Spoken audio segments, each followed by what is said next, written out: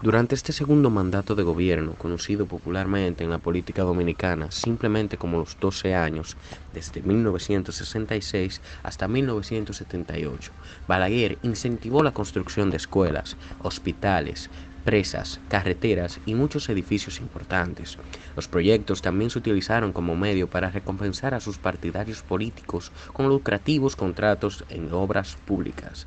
Los favorecidos en dichos contratos se conocen como los 300 millonarios. También presidió un sistema de crecimiento económico estable. Sin embargo, su administración pronto desarrolló un modelo autoritario, a pesar de las garantías constitucionales. A pesar de sus métodos autoritarios, Balaguer tenía mucho menos poder que Trujillo y su gobierno era más suave. Una coyuntura favorable en los precios internacionales del azúcar, el auge del turismo estadounidense, las inversiones privadas foráneas y los programas de obras públicas produjeron una fase de expansión económica, favoreciendo la emergencia en la sociedad dominicana de la clase media. Balaguer eludió Balaguer eludió siempre su responsabilidad en los crímenes cometidos por la Banda Colorada, banda la cual se encargó de someter, maltratar y en muchos casos desaparecer a personas intelectuales provenientes de universidades, estudiantes y profesores, los cuales tenían un índice académico y una inteligencia para poder contrarrestar y hacer ver al pueblo que Balaguer no era tan bueno como se quería pintar. Esto, junto a otras irregularidades vinculadas con las Fuerzas Armadas, siempre achacó la violencia política a sectores incontrolados de oficialismo y a la subversión de izquierdas, cuya verdadera fuerza exageró enormemente. La sensación de que la República Dominicana había un híbrido de dictadura y democracia se reprodujo en las elecciones del 16 de mayo de 1974, cuando el Partido Revolucionario Dominicano y los otros partidos signatarios del denominado Acuerdo de Santiago retiraron a su candidato Antonio Guzmán por considerar que no se daban las mínimas garantías y como protesta por los desacuerdos paramilitares balagueristas. Silvestre Antonio Guzmán Fernández, más conocido como Antonio Guzmán, fue un agrónomo, empresario y político dominicano, presidente de la República Dominicana del 1978 a 1982. En su ciudad natal realizó sus estudios primarios, secundarios y superiores. También se inició en la música como aficionado al flautín. Más tarde llevó a cabo sus estudios autodidácticos y práctica de agronomía en la Florida y California en los Estados Unidos. A los 17 años de edad ocupó la gerencia de la empresa comercial de Salcedo, cargo que desempeñó también en las sucursales de Moca, La Vega, Barahona, San Francisco de Macorís y Santiago de los Caballeros.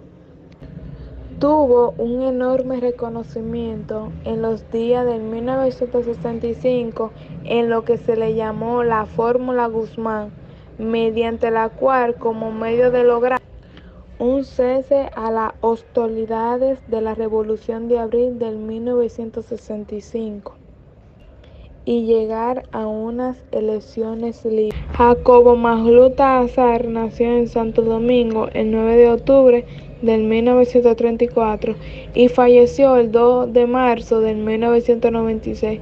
Su padre, Jacobo Magluta, era dominicano de origen libanés. Su madre, Elena Azar, era libanesa. Contrajo matrimonio con Ana Elisa Villanueva, con quien tuvo a su única hija, Consuelo Elena Magluta Villanueva, de profesión contador público autorizado. Se dedicó a la política, llegando a ocupar la presidencia de la República Dominicana, sustituyendo a Antonio Guzmán. Luego de su deceso presidencia, en su calidad de vicepresidente, asumió la presidencia constitucional de la República en el periodo de transición del 4 de julio al 15 de agosto de 1982. Una de las cosas que hizo fue abaratar los precios de los artículos de primera necesidad. Con esto quería asegurarse el poder para unas próximas elecciones. En 1986 se presentó como candidato en el Partido Revolucionario Dominicano (PRD). José Salvador Omar Jorge Blanco fue político, abogado y escritor dominicano, presidente de la República Dominicana en el periodo 1982-1986, considerado por muchos como uno de los líderes políticos más prometedores de la República Dominicana. Sin embargo, tras una sesión de largos interrogatorios y una orden de arresto por cargos de corrupción, Jorge Blanco huyó a la Embajada de Venezuela el 30 de abril de 1987, procurando asilo político. A pesar de su afinidad política con Jorge Blanco, el mandato de Antonio Guzmán ante la Macluta se caracterizó por tener una amarga disputa con Blanco, quien desde el Senado llevó al partido de ambos al poder. En su gobierno ocurrió el secuestro y posterior asesinato del banquero Héctor Méndez y su chofer, así como de los hermanos Patricio. Jorge Blanco gobernó la República Dominicana de dramáticas dificultades y económicas, impuestas en gran parte por el sistema internacional. Tercer periodo del Dr. Joaquín Balaguer. Balaguer se volvió a presentar como candidato en 1986, aprovechándose de una división en el Partido Revolucionario Dominicano, para así ganar la presidencia de nuevo después de una ausencia de 8 años, donde derrotó por escaso margen al candidato por el PRD, Jacobo Magluta.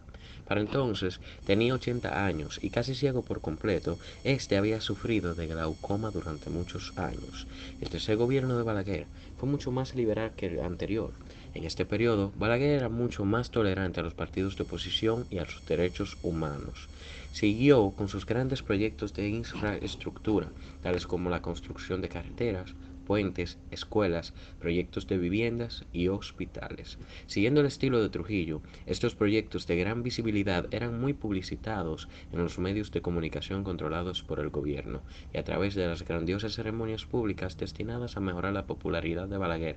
La economía también mejoró considerablemente. En este periodo, Joaquín Balaguer mantuvo una ligera política de populismo en lo que se refiere a la entrega de canastas, dinero y otras dádivas al pueblo dominicano con el propósito de gobernar con el apoyo del campesinado y la masa pobre, que es la mayoría, cabe destacar. El clientelismo también se manifestó en gran medida. En 1992, para el 500 aniversario de la llegada de Cristóbal Colón a América y la visita del Papa Juan Pablo II, Balaguer gastó millones en la restauración de la histórica ciudad colonial de Santo Domingo y readecuándola para la visita del Papa, quien junto a Balaguer inauguró el Faro a Colón.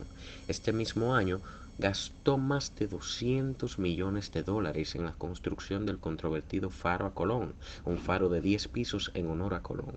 Terminado en 1992, el faro fue diseñado para transmitir la imagen de una cruz cristiana en el cielo nocturno y para que sea visible a decenas de kilómetros. Desde que se terminó, el faro, que supuestamente alberga los restos de Colón, ha sido una atracción turística de menor importancia.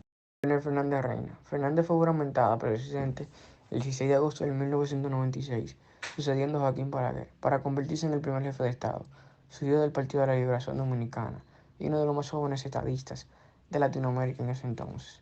Fernández emprendió una dinámica y agresiva política exterior que rescató a la República Dominicana de su aislamiento tradicional y la colocó en el mismo centro de los procesos de integración regional, apertura de los mercados y globalización, manteniendo un crecimiento promedio del 7%, el más alto de América Latina, en ese periodo similar a países como Corea del Sur, diciendo un lema que nosotros podemos ser el Singapur del Caribe.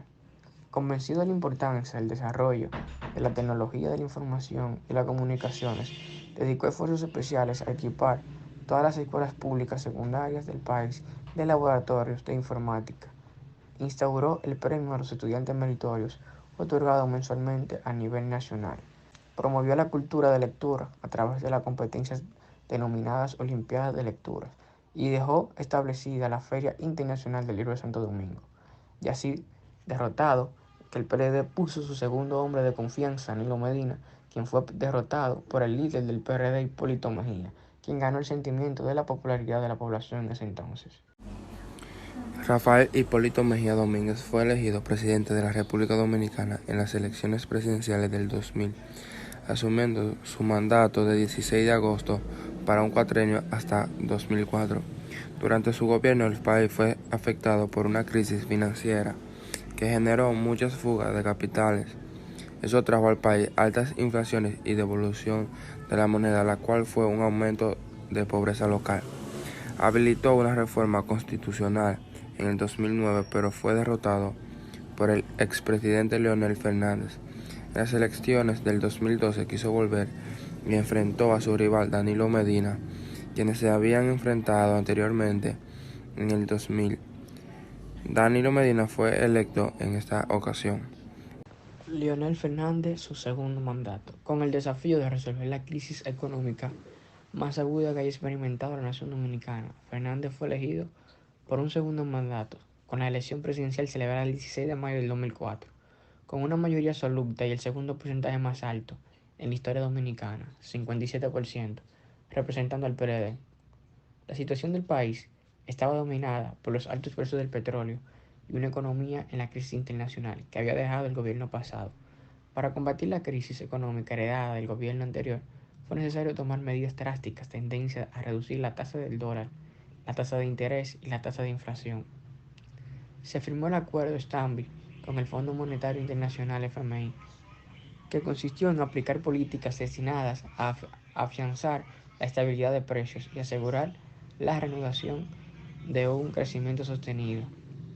En obras públicas se construyeron y repararon numerosas carreteras, badenes y puentes en diversas provincias del país.